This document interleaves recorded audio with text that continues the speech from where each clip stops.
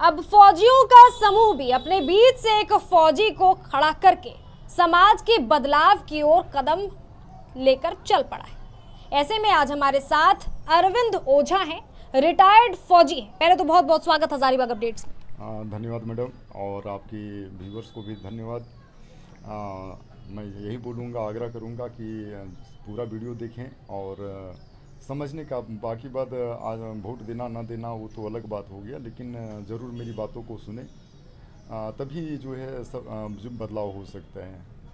जाहिर तौर पे किसी भी चीज़ को सुनना और समझना बेहद ज़रूरी होता है, तभी उसके थीम को समझ पाता है आदमी। बाकी तो हमारा तो बस यही गुजारिश रहता है कि वोट ज़रूर करें। बाकी प्रत्याशी आपके अपने पसंद के होने चाहिए, आपकी अपनी ज़रूरतों के हिसाब से होने चाहिए। खैर, हम लोग चलते हैं इस ओर। अरविंद ओझा एक रिटायर्ड फौजी हैं और ऐसे में फौजियों का जो एसोसिएशन है हजारीबाग का, मिल करके खड़ा किया है इस व्यक्ति को ताकि समाज में कुछ बदलाव कर सके। किस बदलाव की बात कर रहे हैं? क्या बदलाव ऐसा है जो होना बाकी रह गया है? देखिए, आम आदमी हो या खास आदमी हो, आज सभी के लिए ज़िंदगी जीना थोड़ा कठिन हो गया है।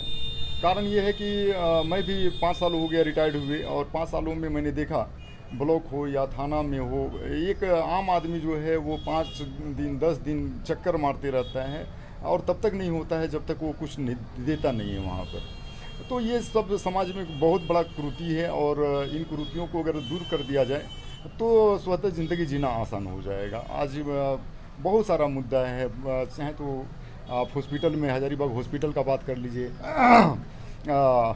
सदर हॉस्पिटल का, वहाँ पर जो है घंटों घंटों लाइन लगे हुए रहते हैं। ऐसा भी व्यवस्था किया जा सकता है, डिजिटल पूरा रजिस्ट्रेशन हो। और कुल मिलाकर उधर में देखते हैं बरसात में जो है पूरे मोहल्ले में पानी भरा हुआ रहता है, एक तरफ से रोड बनता है, दूसरी तरफ से रोड ख़त्म होते हैं। ये सब सभी जो है ना, ये भ्रष्टाचार इसका मुख्य जड़ है, ठीक है।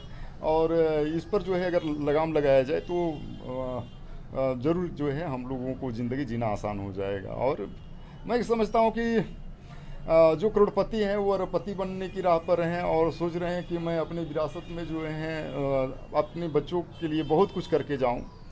लेकिन मैं समझता हूँ कि एक अच्छा विरासत, एक अच्छा समाज, एक अच्छा व्यवस्था अगर यदि हम लोग अपने बच्चों को दे करके जाते हैं तो वो सबसे बड़ी विरासत होगी। एक अच्छा व्यवस्था हर एक आदमी की ज़रूरत है। इसीलिए सभी फौजियों ने सोचा है कि बदलाव होनी चाहिए, और उन लोगों ने मुझे इस लायक समझा। उन सभी तमाम सैनिक भाइयों को हार्दिक धन्यवाद मैं देता हूँ।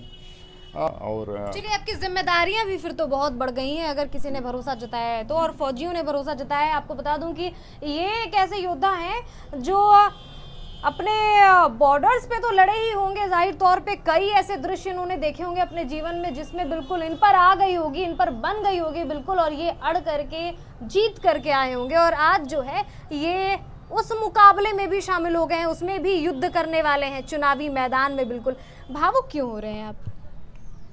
मैडम देखिए, फौज में जाना, वहाँ पर किस तरह का ड्यूटी होता है वो किसी से छुपा नहीं है। लेकिन जब यहाँ पर आया रिटायर्ड होकर के, तब भी बहुत लड़ा हूँ, इतना लड़ा हूँ कि बहुत किससे नहीं लड़ा हूँ, चाहे कोई भी हो। बहुत लड़ने के बाद में आज मुझे ऐसा प्यार परिवार मिला है, वो परिवार के लिए मैं हमेशा कर्जदार रहूँगा। और वो लोग किसी भी लोभ लालच में नहीं, वो लोग एक बदलाव के लिए लड़ रहे हैं, वो लोग भी। और देखिए, मैं तो यही बोलूँगा कि हम लोग जो हैं बहुत लड़ने का अभ्यास है हम लोग में, और कभी टूटते नहीं हैं और आगे भी नहीं टूटेंगे।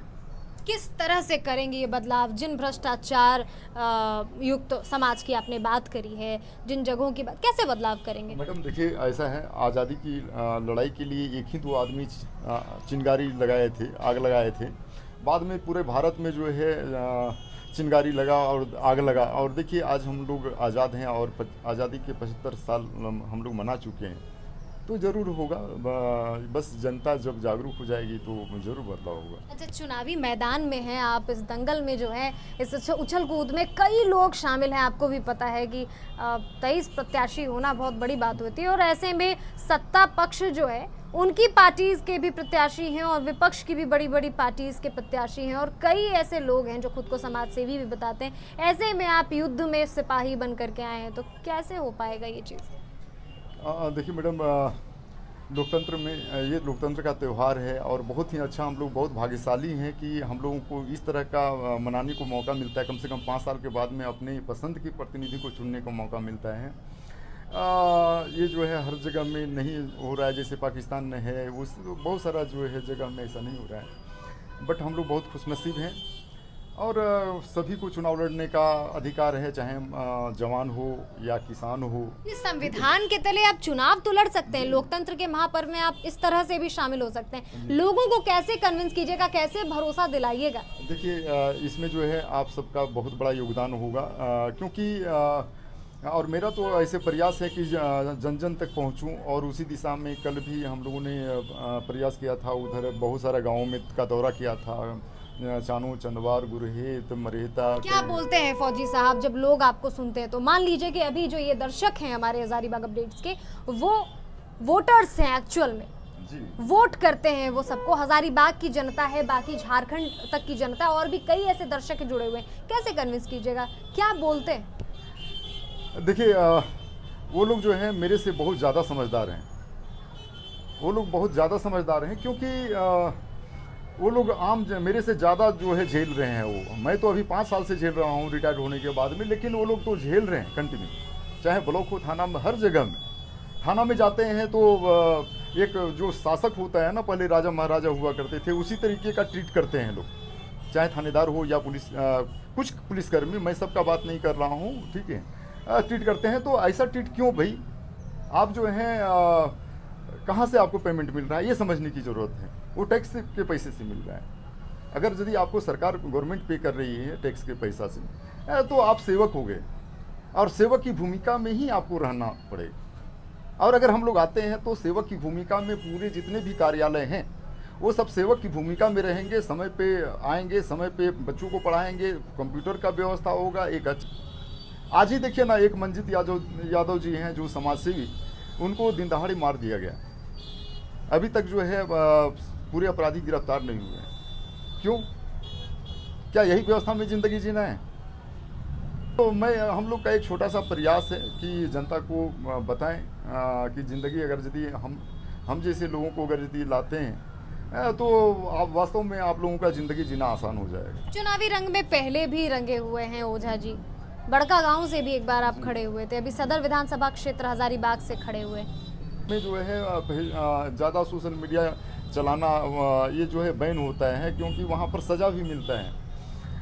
तो पहले एक्टिव नहीं होते थे, बट रिटायर्ड होने के बाद में जब मैं एक्टिव हुआ तो जिस तरह का समस्या आने लगा कि 10,000 दो, 15,000 दो और कॉलोनी लो, इस तर्ज पर जो है मेरे को संज्ञान में आया। पत्रक बहुत बुरा लगा मुझे। हम बोले कि ना, ये तो बिल्कुल सही नहीं है। कमेंट वमेंट किया तो मेरे को ही टैग करना शुरू कर दिया कि सर आइए, आप जैसे लोग खाली कमेंट करते रहिएगा, कैसे काम चलेगा? तो फिर मैं आ गया, फिर जो है संस्था बना, और संस्था बना तो फिर जो है कई लोग पीड़ित भी मिले थे, तो फिर संस्था बना। बोले कि नहीं, हम लोग असंगठित हैं, जिसकी वजह से ही जो है ये पीड़ित हो रहे हैं। तो एक पूर्व सैनिक वेलफेयर ट्रस्ट एसोसिएशन हम लोगों ने बनाया है, और वो पूरे झारखंड में कार्य कर रही है। और हम लोग जो है काफ़ी सभी के लिए काम करते हैं इसके लिए, और ख़ास करके जो वीर नारी हैं उन लोगों के लिए खास करके मैं काम करता हूँ, क्योंकि वीर नारी ये बहुत बड़ी हिम्मत होती है उनमें, ठीक है। ऐसे क्या उम्मीद करते हैं, क्या लगता है समझेंगे लोग इन बातों को? बड़का गांव में ज़्यादा समस्या नजर आई या हजारीबाग सदर विधानसभा क्षेत्र में जो बदलाव? देखिए, ये समस्या जो है वो पूरे झारखंड में है, ठीक है। पहले बड़का गांव को चुना आपके समूह ने, फिर हजारीबाग? नहीं, समूह उस समय नहीं थे, उस समूह तो बाद में इकट्ठे हुए हैं। उस समय मैं अकेला था, लेकिन बदलाव क्यों हुआ? मैडम देखिए, उस समय मैं अकेला था और बदलाव के लिए ही जो है सभी ये आए, ठीक है। और आज जो है उन लोगों ने मुझे ही चुना है कि नहीं आप ही, मैं तो चुनाव नहीं लड़ना। नहीं, स्थान परिवर्तन, जैसे पहले बड़का गांव था, स्थान परिवर्तन जो है वो उन लोगों ने ये किया है, और वही लोग मेरे को खड़ा किया। मैं तो हाथ जोड़ दिया था, हम बोले कि मेरे को चुनाव नहीं लड़ना है, क्योंकि रिटायर होने के समय में भी मुझे अनुकरणीय सर्टिफिकेट मिला कि, और ये मेरे लिए गर्व की बात है, क्योंकि एक भी पनिशमेंट मैंने नहीं खाया सेना में, ठीक है। क्योंकि वैसा वो सेना बोलते हैं जैसे सिविलियन भी नहीं बोलते हैं कि भाई अगर ये अनुशासन सीखना है तो सेना में जाइए। तो वही सैनिक हूँ और उसने मैंने पूरा किया अपना। हजारीबाग अपडेट्स की पूरी टीम की तरफ से भी आपको बहुत सारी शुभकामनाएं कि आप उस वक्त भी योद्धा थे और अभी भी जो है युद्ध के लिए तैयार तैनात खड़े हैं। और हजारीबाग के दर्शकों से भी एक बार हजारीबाग अपडेट्स की पूरी टीम आपसे गुजारिश करेगी कि अपने एक एक वोट के अधिकार को समझें और जाहिर तौर पे जिस दिन भी वोटिंग हो, आप जहां से भी देख रहे हैं दर्शक, कहीं से भी देख रहे हो, झारखंड के किसी भी कोने से या फिर कहीं भी स्टेट से, पूरे इंडिया से, झारखंड की बात करूं तो 2 फेज में चुनाव होने और ऐसे में आपके वोट का अधिकार आपको है। आप अपने पसंदीदा प्रत्याशी को बिना दबाव के जरूर वोट करें, लेकिन वोट जरूर करें। और इसी के साथ इजाजत दें, देखते रहें हजारीबाग अपडेट्स।